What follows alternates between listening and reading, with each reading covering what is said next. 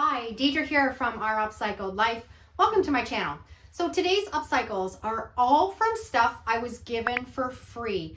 I saw the potential in them. I knew I could upcycle them and make them pretty again. So that's what today's projects are all about. I'm excited to show you because I think they all turned out fantastic. We have lots of work. Let's get started.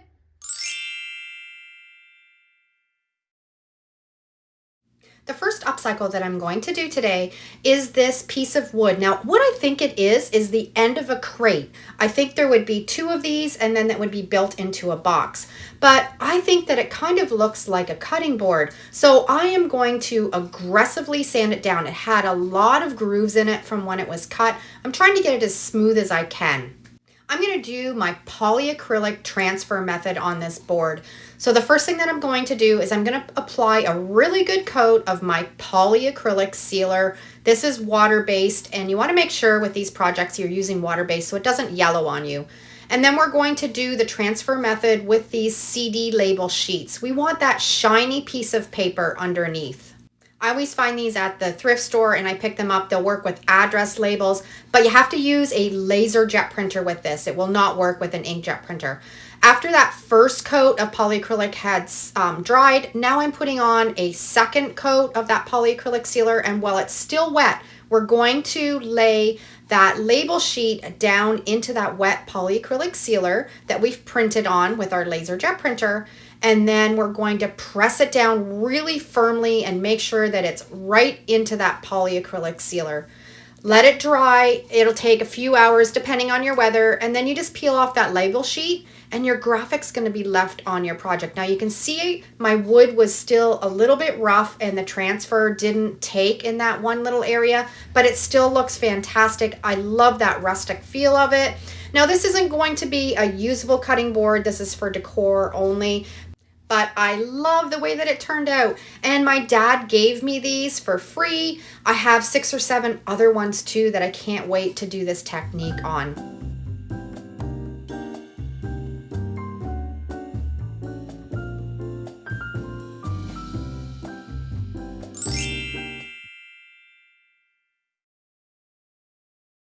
Whenever I head home to visit my parents, they live 3 hours away, I always tell my dad, save any little bits and pieces that you think I can upcycle or scrap wood, and he always does. I'm pretty sure this came out of an old sewing machine cabinet. I'm going to clean it up really well with a wipe, and then we're going to take 2 candlestick holders and a little glass knob, and I'm going to glue them onto this sewing machine drawer. Now the E6000, I always struggle with it when it comes to the end. A little hack, cut it in half and you can squeeze more glue out of it. We're going to glue those candlesticks onto the bottom, the knob on the front, and I've turned this old sewing machine drawer into an elegant piece of home decor.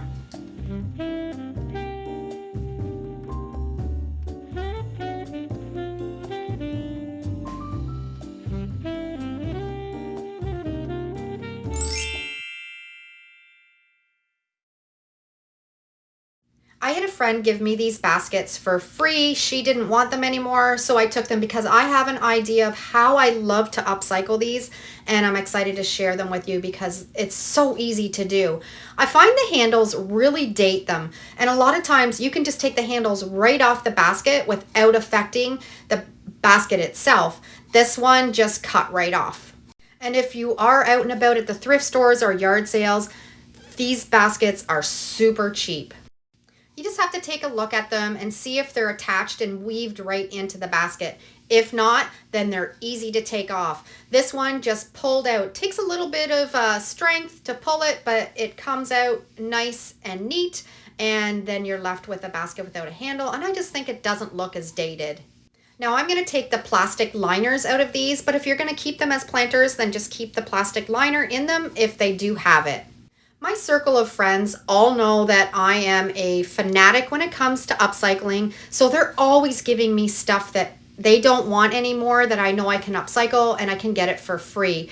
And I love that challenge. Now here's how you can update these wicker baskets. I have a stash of hardware and I just pull out what I think will look nice on the baskets, leave the little screw in the back, poke it through that basket and it'll adhere to the front of it, and I just think it just gives it that upscale look than just a plain basket, and then you can display it in your home and fill it with whatever you would like.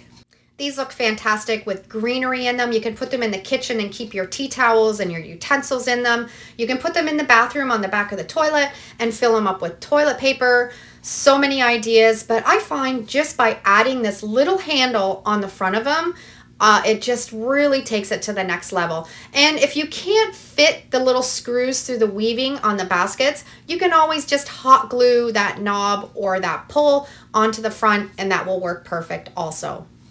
Now this basket, I'm going to do something a little bit different. I'm going to flip it upside down.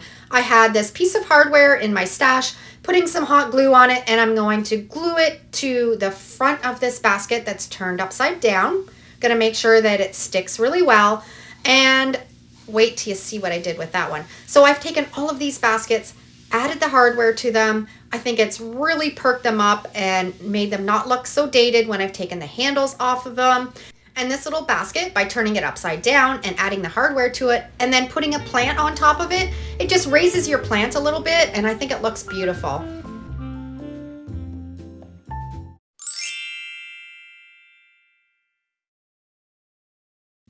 I found this little piece of a spindle in a burn pile. Actually, I just cut the ends so they were nice and flat. We're going to get out our Gorilla Super Glue, this votive holder that was in my stash for forever. We're going to glue it on top of that little piece of spindle, and I've created this really cute little candle votive holder, and then by having it on that bottom of the spindle, I just think it looks really primitive, and I just love the way that it looks.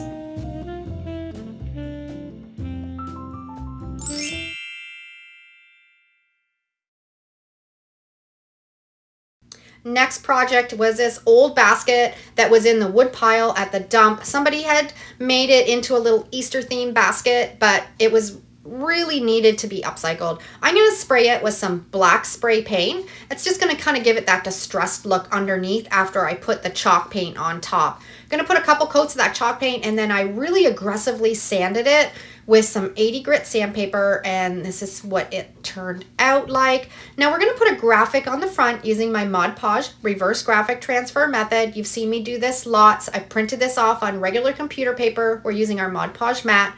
We're going to apply the Mod Podge onto the front of that graphic and then put it on our project, get all the bubbles and wrinkles out of it, let it sit for 24 hours, and then dampen it with a rag, and then rub off the paper.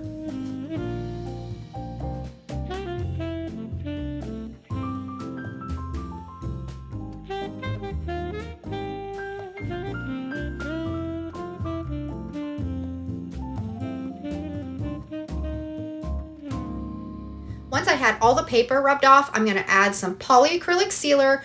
So this was our before and this is our after. Love it. And putting that kitchen graphic on the front, you can fill it up with tea towels and utensils. Would look perfect in a farmhouse kitchen. And this was a fun upcycle. I hope you've enjoyed all of today's upcycles that I got for free and was able to transform them into something beautiful again. Thanks for watching. Have a great day, and we'll see you in the next video. And if you love this video, I'm sure you'll love either of these next two. Take care.